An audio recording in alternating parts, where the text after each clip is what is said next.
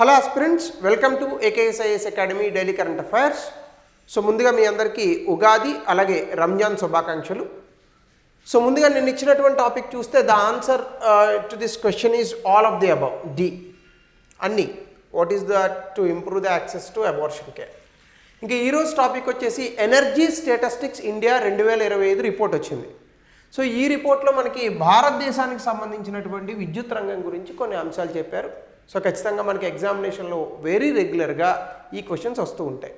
So న్యూస్లో ఇది ఎందుకు ఉంది అంటే నేషనల్ స్టాటిస్టికల్ ఆఫీస్ వీళ్ళు ఒక రిపోర్ట్ని రిలీజ్ చేశారు, ఎనర్జీ స్టాటిస్టిక్స్ ఇండియా 2025. ఇందులో భారతదేశంలో విద్యుత్ ఉత్పత్తి ఎంత వస్తుంది, ఎంత విద్యుత్తుని కన్జ్యూమ్ చేస్తున్నాము, అలాగే విద్యుత్తుకి సంబంధించి కోల్, బొగ్గు ఇట్లాంటివి ఏవైనా మనము ఇంపోర్ట్ చేసుకుంటున్నామా, ఇలాంటి విషయాలను 2023-24 సంవత్సరానికి సంబంధించి పూర్తి స్థాయిలో లెక్కలు ఇచ్చారనమాట. సో అది కనుక మనం ఒకసారి చూస్తే India energy statistics in India estimated reserves of crude oil in India as of 1/4/2024. అంటే మనము ఎనర్జీ అనేటటువంటి సమయానికి కేవలం విద్యుత్ అని కాదు. ఫర్ ఎగ్జాంపుల్ మనము ఎక్కడైనా ఆయిల్ వాడుతున్నాం అనుకోండి, ఇది కూడా ఎనర్జీ కింద లెక్క. ఎందుకంటే ఈ ఆయిలే ఎనర్జీగా కన్వర్ట్ అయ్యి మన వెహికల్స్ అనేటటువంటి నడుస్తాయి. ఇక్కడ ఆయిల్ అంటే మనం ఇంట్లో వాడేటటువంటి ఆయిల్ కాదు, క్రూడ్ ఆయిల్, ముడి చమురు అని అర్థం. సో కాబట్టి ఎనర్జీ అని మాట్లాడినప్పుడు అది కేవలం విద్యుత్కి ఉపయోగించేటటువంటి బొగ్గు ఇవి మాత్రమే కాకుండా మన రవాణా రంగానికి సంబంధించి ఇంకా ఇతర రంగాలకు సంబంధించి ఎక్కడైతే శక్తి అనేటటువంటిది ఉంటుందో, అంటే ఎనర్జీ అంటే అది విద్యుత్ అవ్వచ్చు, ఇంకొకటి మెషిన్స్ నడవడానికి కావాల్సినటువంటి ఇంధనం, ఇవన్నీ ఎనర్జీ స్టాటిస్టిక్స్లోకే వస్తాయి. అందులో మోస్ట్ ఇంపార్టెంట్ ఆస్పెక్ట్ వచ్చేసి క్రూడ్ ఆయిల్ రిజర్వ్స్, అంటే ముడి చమురు. ఎందుకంటే ఈ ముడి చమురుతోనే మన వాహనాలు నడుస్తూ ఉంటాయి, చాలా మెషిన్స్ పరిగెడుతూ ఉంటాయి. అయితే భారతదేశంలో మనం వాడుతున్నటువంటి ముడి చమురులో 85% విదేశాల నుంచి మనం దిగుమతి చేసుకుంటున్నాం. కేవలం 15% మన దేశంలో ఉత్పత్తి చేస్తున్నాం. ఎందుకంటే మనకి ముడి చమురుకు సంబంధించి నిల్వలు లేవు. వీటికి సంబంధించి ఇక్కడ ఏం చెప్పాడంటే reserves of crude oil in India, అంటే 1/4/2024 సమయానికి భారతదేశంలో ఉన్నటువంటి క్రూడ్ ఆయిల్ రిజర్వ్స్, ముడి చమురు నిల్వలు ఎంత? గుజరాత్లో 18% ఉంది, అస్సాంలో మనకి 22% ఉంది, దిగ్భోయ్ ఇలాంటి ప్రాంతాల్లో. ఆంధ్రప్రదేశ్లో మనకి కృష్ణా గోదావరి బేసిన్ దగ్గర 1% మాత్రమే ఉంది. అలాగే ఇంకా ఇతరత్ర ప్రాంతాల్లో మనకి 1% ఉంది. అలాగే కావేరీ బేసిన్ దగ్గర ఒక 1% ఉంది. రాజస్థాన్లో మనకి 19% ఉంది. ఎందుకంటే అక్కడ ఎడారి, ఆ కింద ఉన్నటువంటి ఫాజిల్ ఫ్యూయల్స్ నుంచి మనం ముడి చమురును వెలికి తీస్తున్నాం. అలాగే ఈస్టర్న్ ఆఫ్ షోర్, అంటే బంగాళాఖాతంలో కొంచెం లోపలికి వెళ్ళిన తర్వాత ఆ ఆఫ్ షోర్లో మనకి 6% ఉంది. వెస్టర్న్ ఆఫ్ షోర్ అంటే ముంబై హై అని అంటాం, అంటే ముంబై దాటేసి కొంత ఆఫ్ షోర్కి వెళ్తే అక్కడ ఉన్నటువంటి దగ్గర 32% ఉంది. ఇలా మొత్తం మన దేశంలో ఉన్నటువంటి ఎస్టిమేటెడ్ క్రూడ్ ఆయిల్ రిజర్వ్స్ ఎంత ఉన్నాయంటే 671 మిలియన్ టన్నులు ఉన్నాయి. అయితే ఈ క్రూడ్ ఆయిల్ మనకు సరిపోతుందా?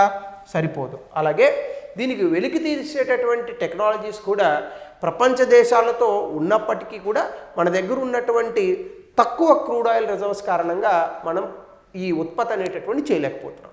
కాబట్టి మనం వేరే దేశాల నుంచి ఎక్కువగా దిగుమతి చేసుకుంటూ ఉంటాం.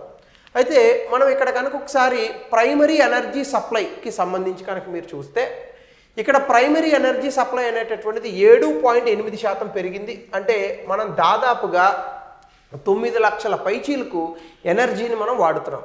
అలాగే కోల్ అనేటటువంటిది డామినెంట్గా ఉంది.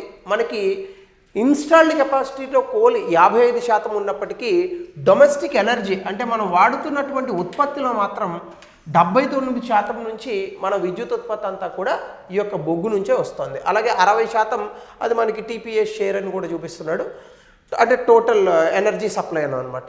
అలాగే రెన్యూబుల్ ఎనర్జీ ఇటీవల కాలంలో 21 లక్షల మెగావాట్కి పెరిగింది. అందులో విండ్ అండ్ సోలార్ ఎనర్జీ ముందున్నాయి. అంటే ముందుగా పవన విద్యుత్ అనేటటువంటిది ఎక్కువ ఉంది, దీని తర్వాతే సోలార్ ఎనర్జీ అనేటటువంటిది మనకి ఎక్కువగా వస్తుంది. అలాగే ఎలక్ట్రిసిటీ ఫ్రమ్ రెన్యూబుల్ ఎనర్జీ, గతంలో పునరుత్పాదక శక్తి నుంచి మనకి ఈ యొక్క విద్యుత్ రావడం అనేటటువంటిది 2 లక్షల గిగావాట్లు ఉంటే ఇప్పుడు అది 3,70,000కు పెరిగింది. దాదాపుగా సంవత్సరానికి కాంపౌండెడ్ యాన్యువల్ గ్రోత్ రేట్ 6.76% ఉంటుంది. చూడండి, ఇది చాలా టెక్నికల్ ఇష్యూస్ కాబట్టి మీకు సాధారణంగా మనకి కొంచెం పాలిటిక్స్ ఇట్లాంటి మసాలా ఉండేటటువంటి ఇష్యూ కాదు ఇది. It is purely economy. So కాబట్టి కొంచెం బోర్ కొడుతుంది. బోర్ కొట్టినా కూడా ఇట్లాంటివే ఎగ్జామినేషన్లో వస్తాయి. సో కాబట్టి బీ కేర్ఫుల్. సో అలాగే పెర్ క్యాపిటల్ ఎనర్జీ కన్జంప్షన్ అంటే ఒక వ్యక్తి తలసరిగా ఎంత ఎనర్జీ కన్జంప్షన్ చేస్తున్నాడు అనేటటువంటిది మనం ఈ జౌల్స్ వీటిల్లో లెక్క పెడుతూ ఉంటాము. అది 18,000గా చూపిస్తుంది.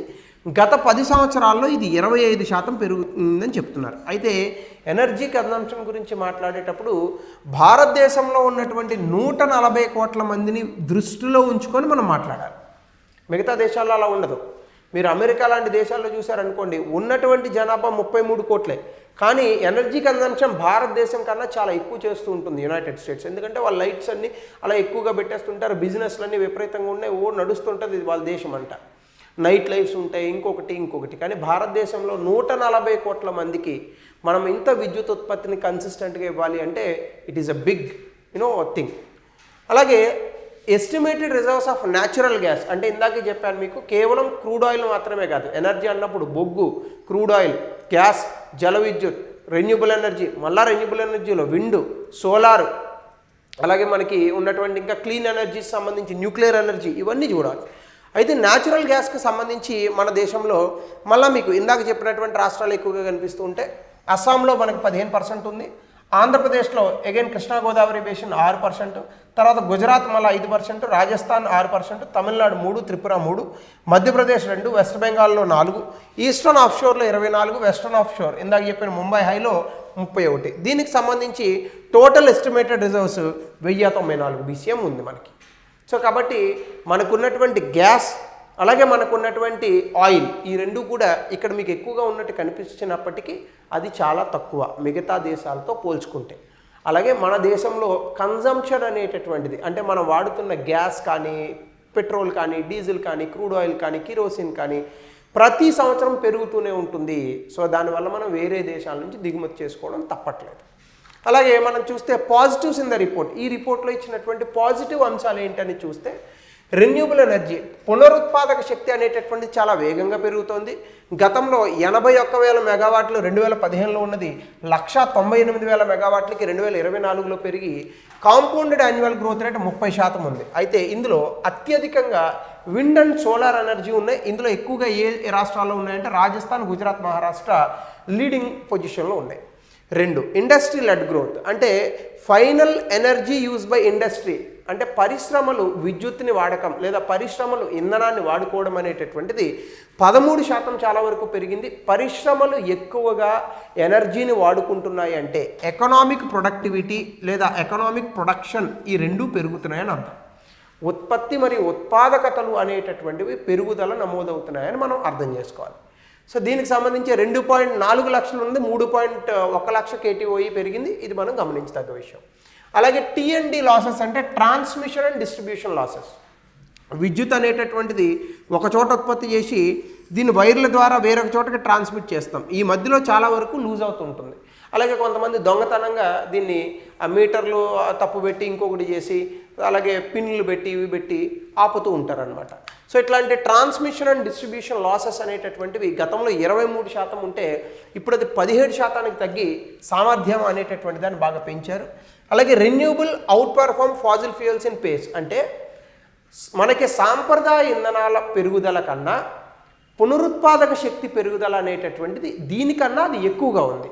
Which means non hydro renewables అనేటటువంటివి, non hydro renewables in the sense ఈ హైడ్రోజన్ ఇట్లాంటి మూలకాలు లేనటువంటి రెన్యూబుల్స్ 210% పెరిగాయి. ఎందుకు పెరగవు? ఈ మధ్యకాలంలో మనం సోలార్ ఎనర్జీ, విండ్ ఎనర్జీలో అసలు ఎరగదీసేస్తున్నారు. సోలార్ ఎనర్జీకి సంబంధించి ఏదో మన సహజ బిజిలీ అనే ఒక పథకాన్ని కూడా తీసుకొచ్చాం కదా. ఇంటి పైన సోలార్ రూఫ్ టాప్స్ పెట్టి దాదాపుగా 1 కోటి గృహాలకు విద్యుత్ అనేటటువంటి దాన్ని ఉచితంగా అందించాలి. అలాగే వాళ్ళు మళ్ళీ ప్రభుత్వానికి ఆ విద్యుత్తును అమ్మితే వాళ్ళకే తిరిగి డబ్బులు వస్తాయి.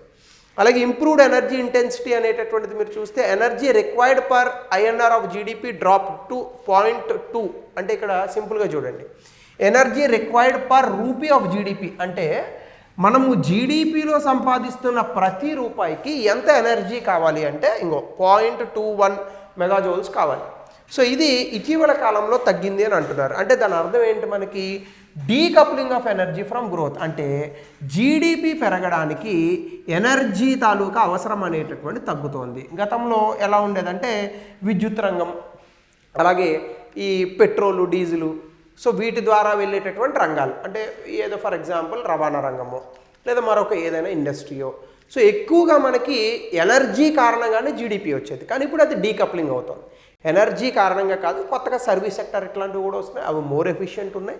సో దానివల్ల ఎనర్జీ అవసరం లేకుండానే జీడిపి పెరిగేటటువంటి పరిస్థితులు భారత ఆర్థిక వ్యవస్థకు వస్తున్నాయని చెప్తున్నారు.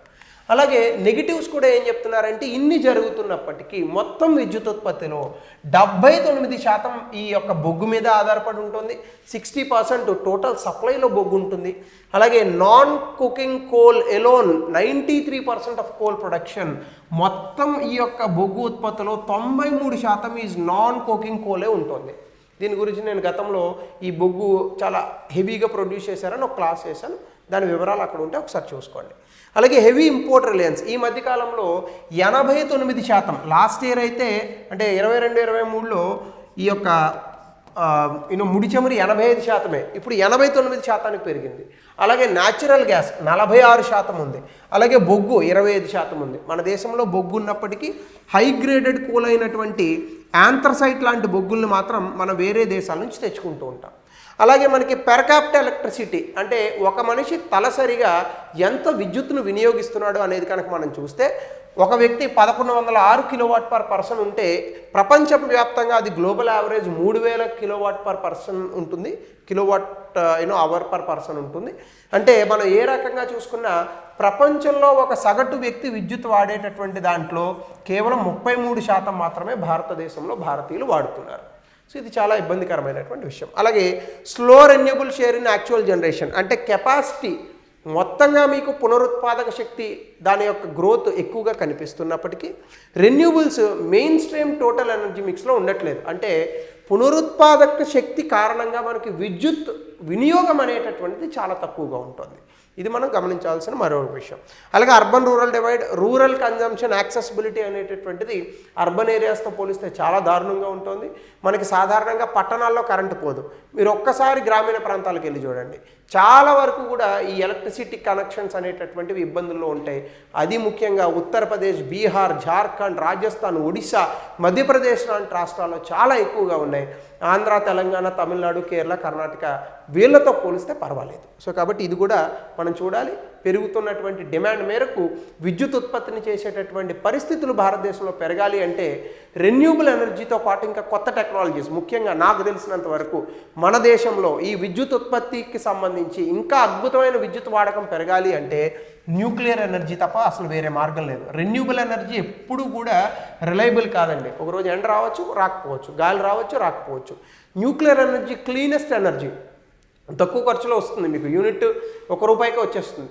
కానీ దాన్ని తయారు చేయాలంటే చాలా భయపడుతూ ఉంటారు. ఆ టెక్నాలజీ మన దగ్గర లేదు. Thorium based reactors, uranium based reactors French వాళ్ళ సహాయంతో ఓడి చేసాం, అలాగే రష్యా వాళ్ళ సహాయంతో ఓడి చేసాం. ఇప్పుడు అమెరికా వాళ్ళు వీళ్ళు సహాయం చేస్తామని అంటున్నారు. సో ఆ సహాయాలు అందిపుచ్చుకొని మనం కూడా సొంతంగా తయారు చేసుకుంటున్నాం కొన్ని reactors, heavy fast breeder reactors. అవి తీసుకొచ్చి భారతదేశంలో న్యూక్లియర్ ఎనర్జీ ద్వారా మనం అధికంగా కనుక విద్యుత్ అందించగలిగితే దేశం ఇంకా వేగంగా పరిగెట్టే అవకాశం ఉంటుంది. సో దీనికి సంబంధించి suggested measures to bring energy resilience in India, ఏం చేస్తే ఎనర్జీ రెసిలియన్స్ వస్తుంది? సో దీనికి ఆన్సర్ పెట్టండి. 2030 నాటికి భారతదేశం తన ఇంధన అవసరాల్లో 50% పునరుత్పాదక వనరుల నుండి తీరుస్తుందని మీరు అనుకుంటున్నారా? సబ్సిడీలు, శిలాజ ఇంధనాల నుంచి పునరుత్పాదక ఇంధన వనరులకు మార్చడంపై లక్ష్యాలను సాధించడంలో ఎలా సహాయపడుతుందో వివరించండి 200 పదాల్లో. సో ఇది ఈరోజు energy statistics 2025 report. Very important report in terms of your preliminary examination, especially for UPSC. So thank you guys. Again మనం రేపటి సెషన్లో కలుద్దాం.